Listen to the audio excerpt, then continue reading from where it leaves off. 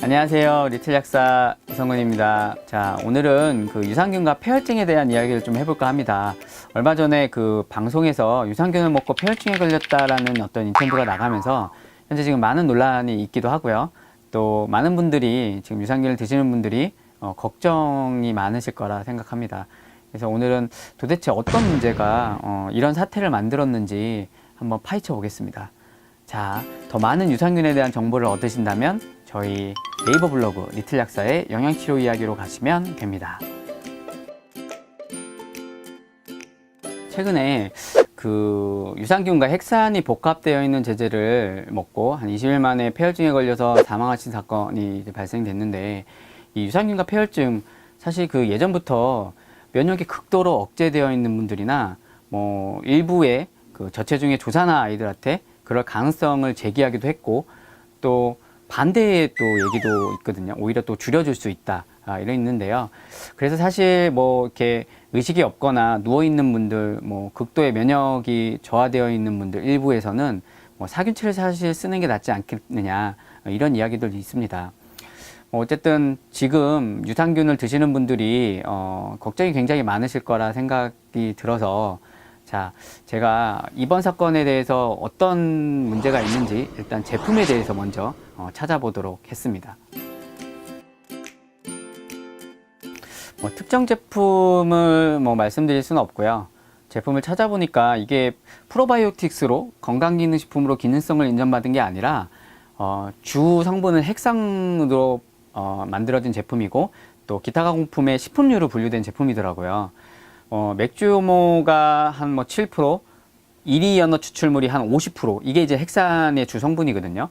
나머지 그냥 일반 효모 추출물, 또 뭐 거기에 여러 가지 유산균이 이제 복합되어 있는 그런 제품이었습니다.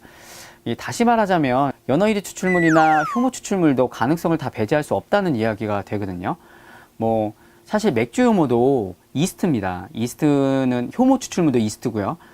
이스트는 체내에서 내 몸의 상태에 따라 병원성을 나타내는 그런 또 캔디다균으로 전환될 수 있는 가능성이 분명히 있거든요. 물론 뭐 맥주 효모나 제품을 만들 때 대부분 열풍 건조를 하니까 뭐 이게 생균이 있다라고 보기는 어렵긴 하겠지만요. 뭐 효모 추출물이 어떻게 만들었는지, 그 제품이 어떻게 됐는지 일단 찾아봐야겠죠. 한 그 리뷰 논문을 보면요. 그 혹시 여기 자막 여기 있나? 여기 보이시나요? 여기 이제 중간 내용을 보면 그 셉시스, 그러니까 폐혈증을 일으키는 주된 균주가 그 사칼로마이세스 보울디아라는 이런 이제 균주가 대부분이었다, 이런 내용들이 나오잖아요. 근데 이 균주가 뭐냐면 우리 많이 봤던 비오풀 아시죠? 비오풀. 병원에서 굉장히 많이 처방하죠. 우리 뭐 유아 아이들이나 항생제를 처방할 때 포자균주니까 항생제 안전하거든요. 근데 혹시 주변에서 비오풀 먹고 폐혈증 걸렸다고 하신 분들 보셨나요? 저는 아직 한 번도 못 봤거든요. 이런 경우가 사실은 일반적이지가 않다는 거죠.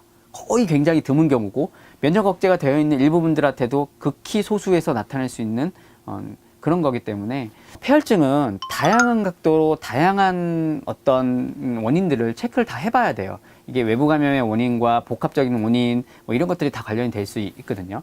그러니까 제가 말씀드리고 싶은 거는 이게 단지 유산균의 원인이다 단정할 수는 없다는 거죠. 반대로 또 물론 이제 가능성도 있겠지만 그걸 떠나서 핵심은 또 다른 곳에 있다라는 것입니다. 그 핵심이 뭐냐고요? 한번 지금부터 또 보겠습니다. 기사를 보니까 이게 이제 몸이 안 좋은 상태에서 또 10배의 함량을 복용했다고 나오더라고요. 사실 그 안에 이제 제가 성분표를 찾아보니까 유산균 균수가 한 6천억 정도 써 있어요. 이게 맞는지 안 맞는지 잘 모르겠어요. 상세 페이지에 한 6천억 정도 써 있는데 10배를 먹었으면 6조거든요. 이거는 조금 너무 과한 게 아닐까, 이런 생각이 들고요. 좋은 것도 사실 너무 과하면 탈이 나잖아요.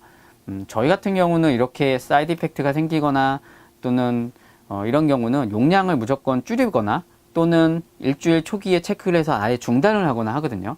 이거를 사실 면역 현상이다, 사이드 이펙트의 부작용이다, 이거를 구별하는 거는 사실 누구도 쉽지 않아요. 근데 그거를 갖고 용량을 늘려 먹는 것 단어는 좀 문제가 있을 수가 있었다. 이거가 좀 핵심의 문제가 아니었을까, 이렇게 생각을 합니다. 어쨌든 이번 사건을 계기로 유산균도 어쨌든 주의를 해서 적정량을 먹어야겠다, 라는 교훈도 또 얻을 수 있고요. 어쨌든 상황은 지금 이렇고요. 아직도 어떤 원인인지 정확히 밝혀지진 않아서요. 좀 더 지켜봐야 될 것 같고, 근데 이런 상황을 보고 나도 면역이 좀 떨어지는데 나도 항생제 먹고 막 설사하고 막 이런 상황인데 먹어도 되나? 나 그동안 먹었는데 나도 폐혈증? 이렇게 과한 반응을 보이는 거는 사실은 옳은 결론은 아닌 것 같습니다. 그런 시각으로 따지면 우리 2017년도에 항공기 운항 건수가 한 380만 건 정도 되거든요. 그 중에 이제 일부 사고 난 것들이 5건 정도 된다고 합니다. 그 5건 때문에 우리가 이제 해외 가거나 이럴 때 유익성을 포기하고 걸어 다니거나 아예 안 가거나 또는 배 타고만 다니실 건가요? 그거는 또 아니잖아요. 그러니까 결론적으로 보면 지금 유산균을 드시고 계신 분들 또는 앞으로 드시는 분들 뭐 이런 분들은 뭐 당연히 주의사항과 사이드 이펙트 체크는 잘 하셔야겠지만 너무 과하게 걱정하시면서 드실 필요는 없을 것 같다. 이게 이제 제 결론이고, 앞으로 뭐 이제 유산균을 무조건 많이 먹는 거에 대한 또 경각심도 좀 생각해 볼 필요가 있고, 좀 더 안전하고 좀 더 편안하게 드실 수 있는 가이드라인이 생기셨으면 좋겠다, 이렇게 생각합니다. 유산균은 분명 우리 몸에 좋은 영향을 끼치는 것은 사실입니다. 수많은 논문에 의해서도 입증되어 있고요.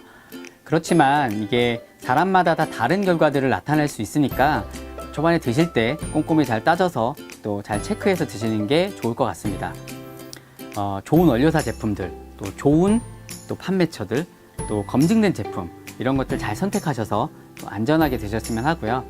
또 이번 사건을 계기로 너무 막연하게 두려워하거나 또는 제품을 피하실 필요는 없을 것 같다는 생각이 듭니다.